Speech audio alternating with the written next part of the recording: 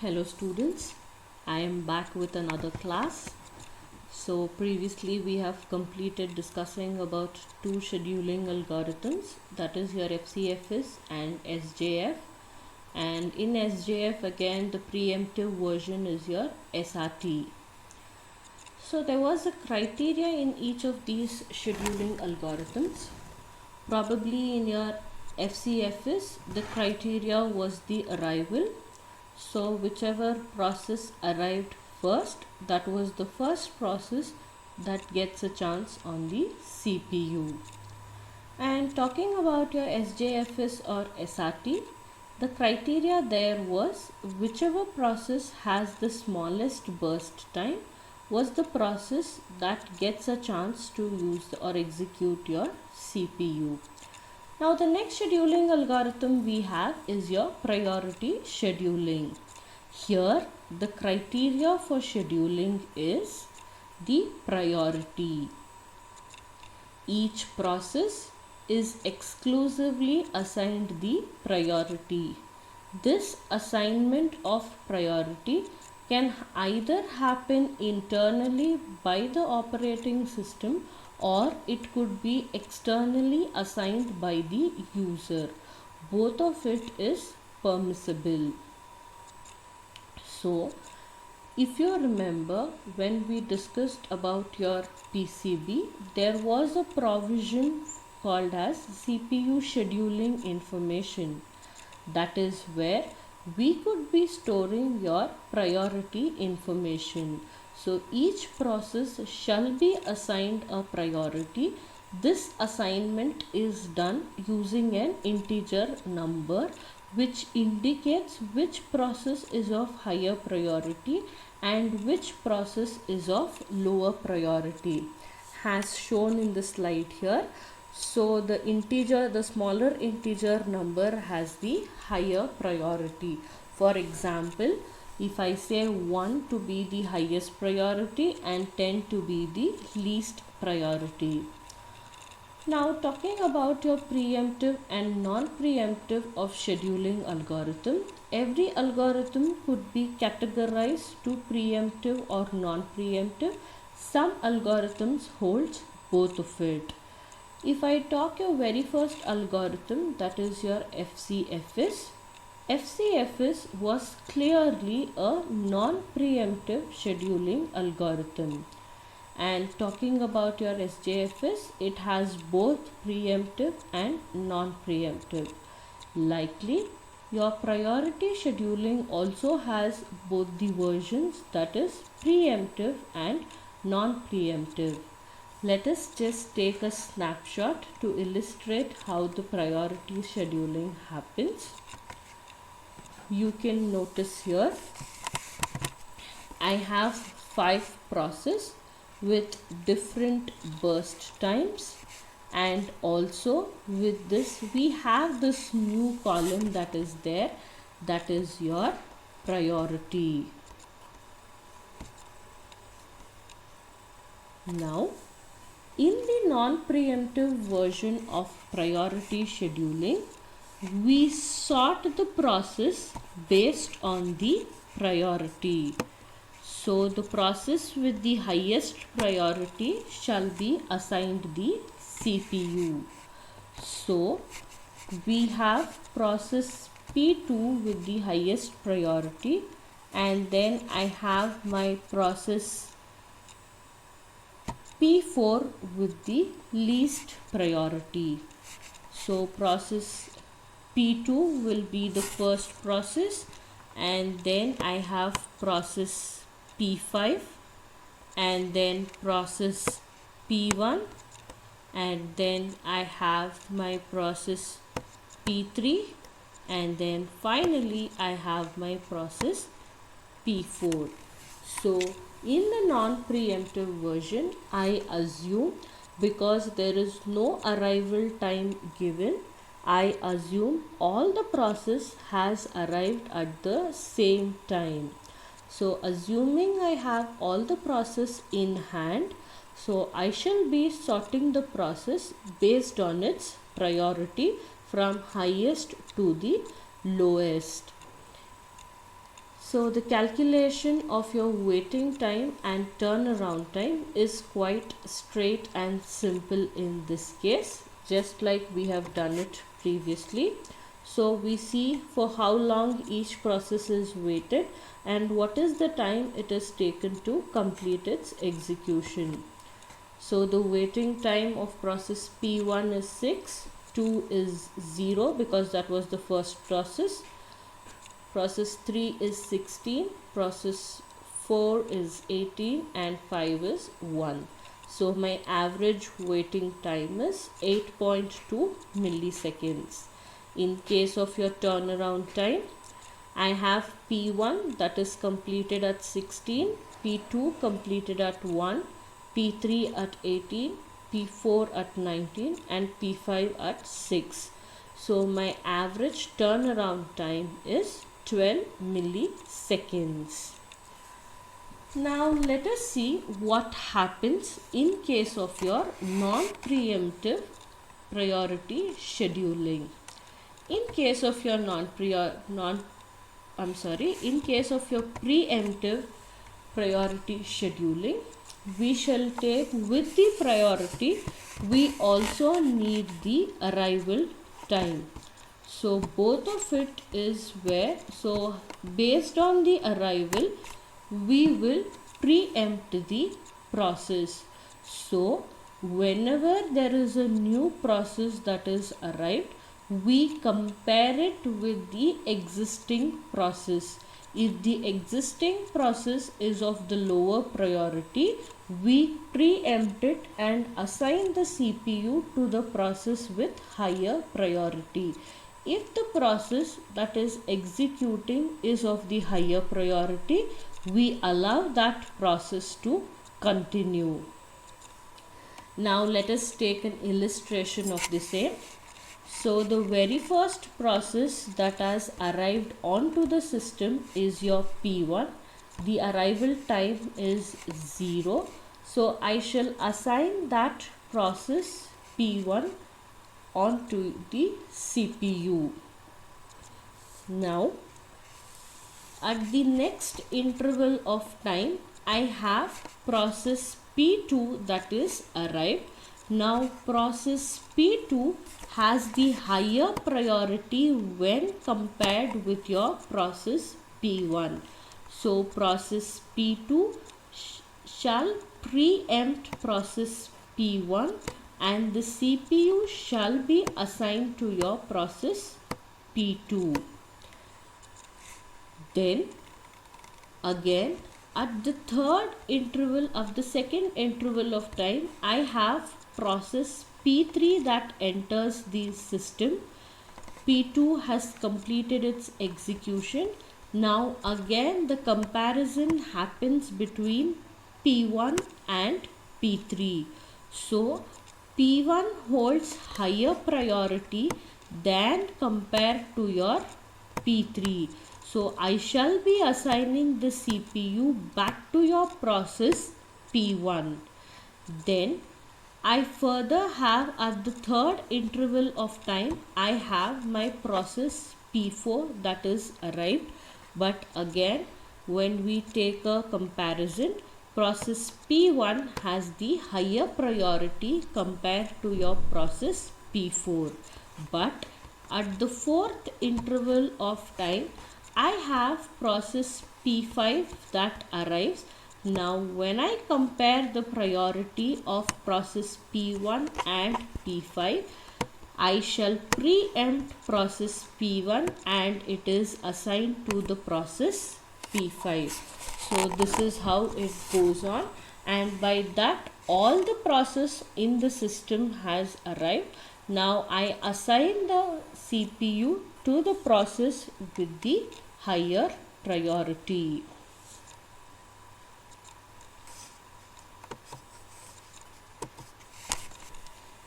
So that is about your preemptive priority scheduling. The waiting time calculation is very similar, just like your SRT. So there are two things that we need to consider when we are calculating the waiting time.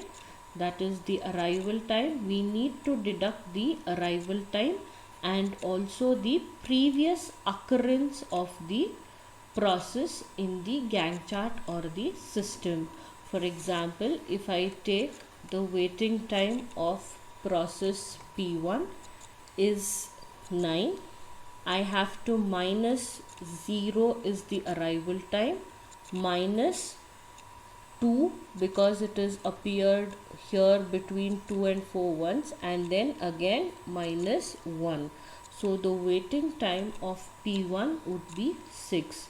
So similarly, I think the other waiting times are quite straightforward. So that is how you will be calculating your waiting time in case of your preemptive scheduling. In case of your preemptive scheduling, you have to deduct the arrival time and the previous occurrence or execution that is completed by a process.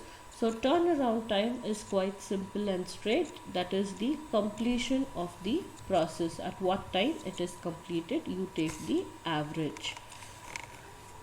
Now, every priority scheduling that we discussed some of the advantages and disadvantages.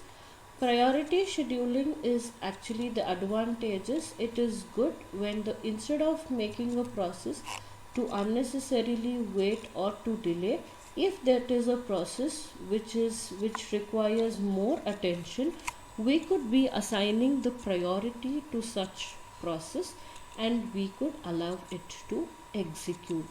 But priority scheduling also comes with a disadvantage. Now, what is the disadvantage that it has? The disadvantage that it has is the starvation. So, starvation, what happens in starvation? So, for example, if I have to give you a layman example of starvation, now let me say that you are stuck up in a traffic signal and the traffic signal says you have to wait for 120 seconds, let me say, and on the other side of the road there is some minister vehicle that has to pass on. So what happens, definitely the priority is higher to that other lane where the VIP vehicle is passing. So your waiting of 120 seconds is now doubled. So every time, and I say one vehicle passes, again you're put into a wait, second vehicle have to pass, again your waiting time is got thrice higher. So what is happening is you are continuously waiting because on the other lane there are people of higher priority who have to travel. So what is happening here, you are continuously waiting. In case of a process, here we call it as starvation. So the lower priority process is continuously waiting, and every time there is a higher priority process that is popping up and getting a chance to execute on the CPU. So what happens, it may be a prolonged wait for a lower priority process, or there are cases where it may never get a chance to execute. So the solution here we have for the starvation is to increase the priority. For example, if I say a process is assigned a priority 5. Now let me say I have a process P2 which has the priority 5.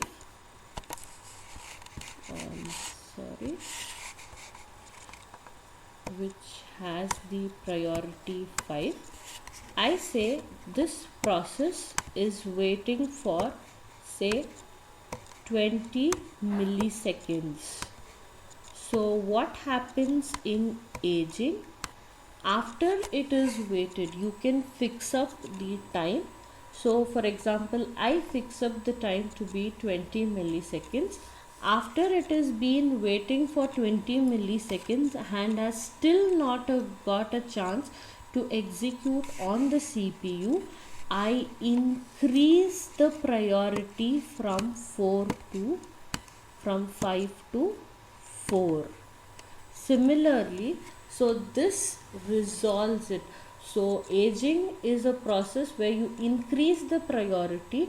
So you are in case making a chance for that process to get a chance to execute on the CPU.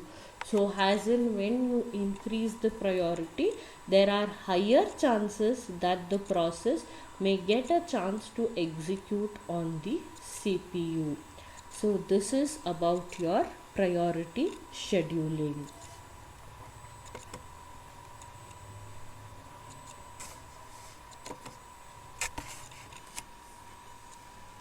The next scheduling algorithm we have is your round robin.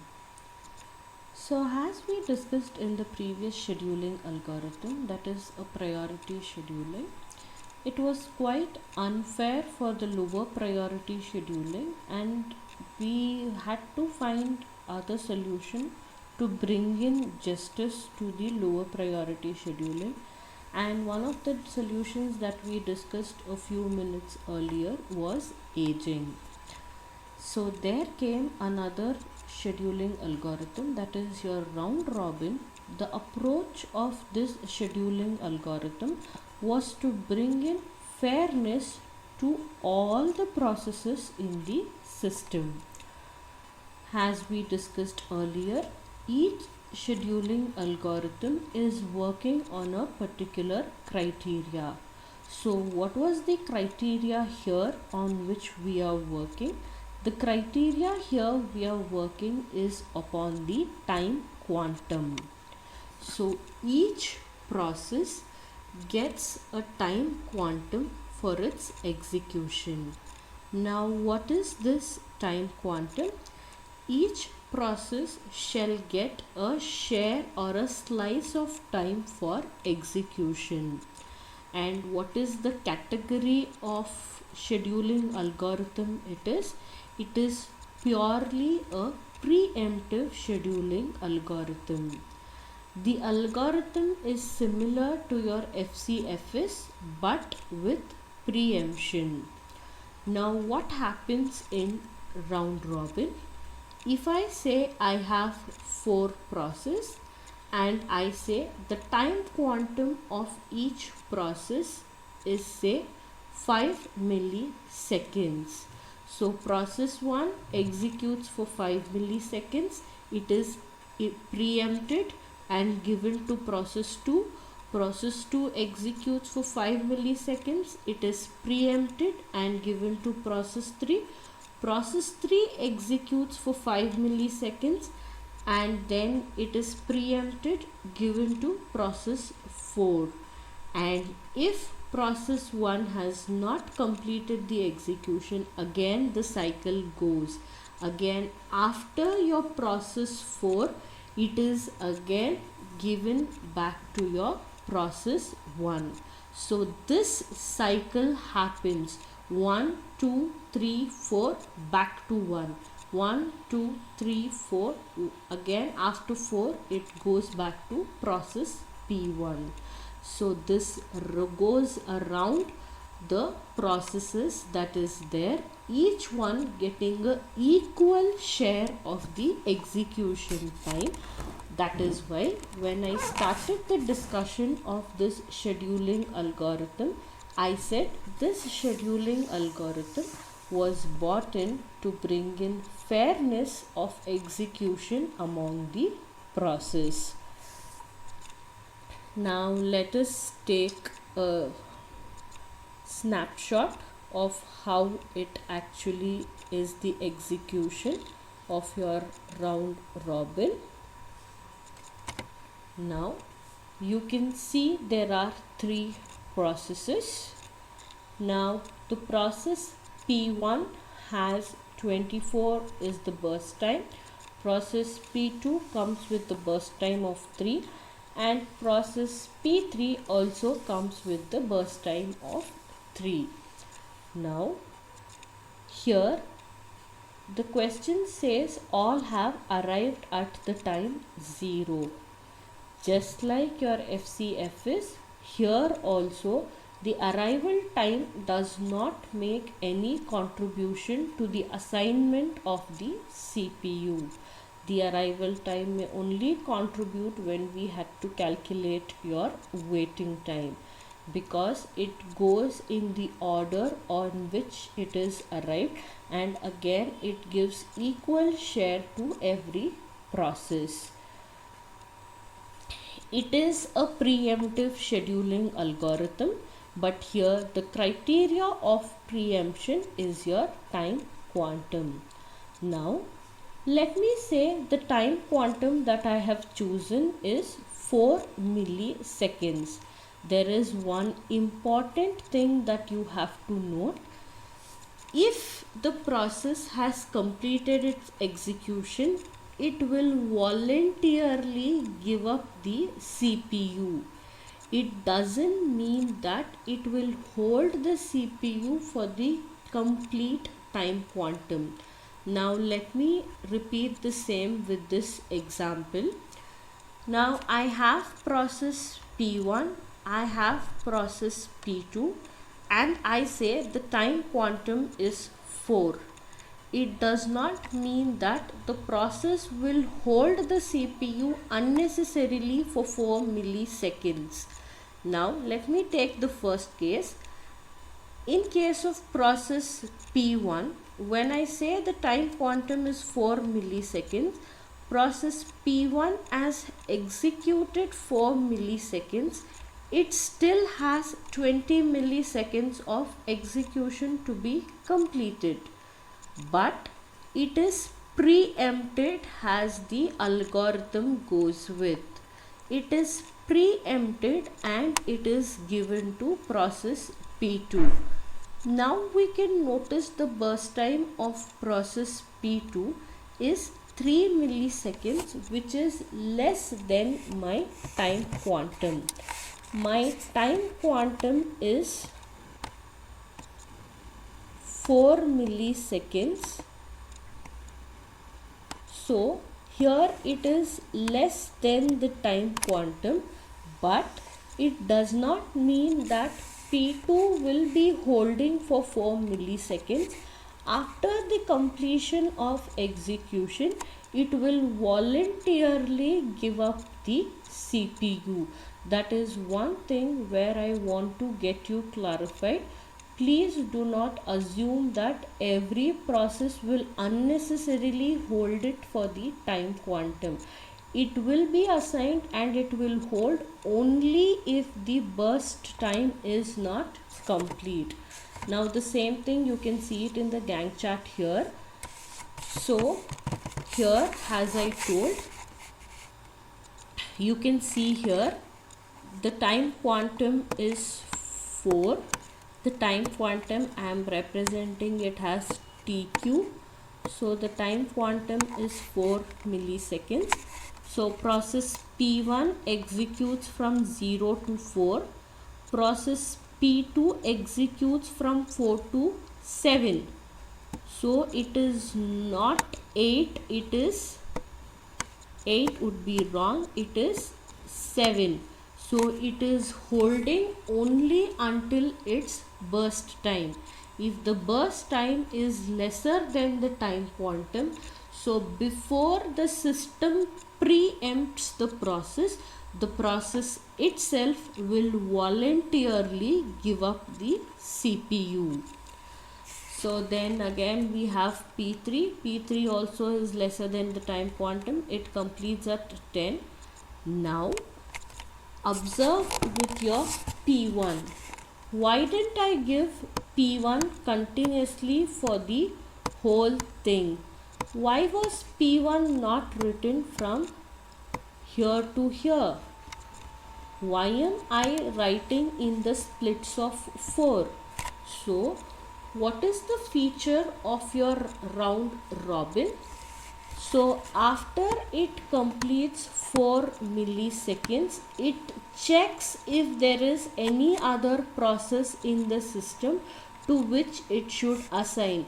When there is no other process in the system, it again repeats it, assigning back to P1. The same thing happens here. After 4 milliseconds, it makes a check if there is any other process in the system. If there is no other process, it gives back to P1.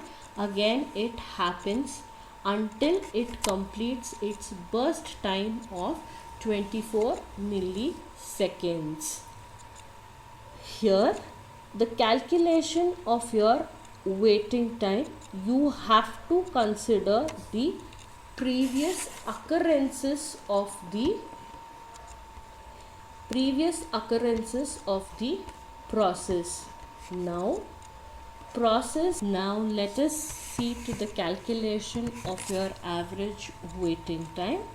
So just like your previous algorithms, so when I am calculating my waiting time, I need to consider the previous occurrences of the process. Now I say the average waiting time is 26, but the process has previously occurred 5 times in the system. That is why I have -4 5 times. I am deducting the previous executions that process P1 has done. So 26 minus 20, which is giving me the waiting time of process P1 to be 6. Here in my snapshot, I have not considered the arrival time. If there is arrival time, probably you will have to deduct that as well. So the calculation of your waiting time in case of your round robin, you have to consider the previous occurrences or execution of the process. So here we have our average waiting time as 5.66. Now the other issue that we have here is the time quantum plays a very important role. Now here for the illustration, I have taken the time quantum to be 4. Now what if the time quantum was 10, or what if the time quantum was 1? Both of it is not an efficient case. Both of this is not an efficient case. Why do I say it is inefficient? If I am telling the time quantum to be 10, if I am taking a very large time quantum, it acts very similar to my first come first serve. And again, we have already seen what is the disadvantage of your first come first serve scheduling. That is, the Conway effect is possibly what we could notice. When I take the time quantum to be very small, there was another thing that we had discussed previously, that is your context switching. So we will have an issue of context switching, and the system will be busy doing the other process like saving and restoring rather than the actual execution. After every millisecond, if I take my time quantum to be 1, after every milliseconds it has to switch from one process to another. So it spends more time in switching, saving and restoring rather than execution. And if my time quantum is very large, it just acts as my FCFS. So we should be very careful when we are choosing the time quantum. The time quantum should be an ideal number or an ideal time slice that we choose, the time quantum chosen shall directly affect your turnaround time and turnaround time, and usually has compared with other scheduling algorithm, it is said that round robin gives a higher turnaround time when compared to your other scheduling algorithms. As a part of experimentation, you can try to explore, take the same snapshot and compare it with your other scheduling algorithms and see what it is.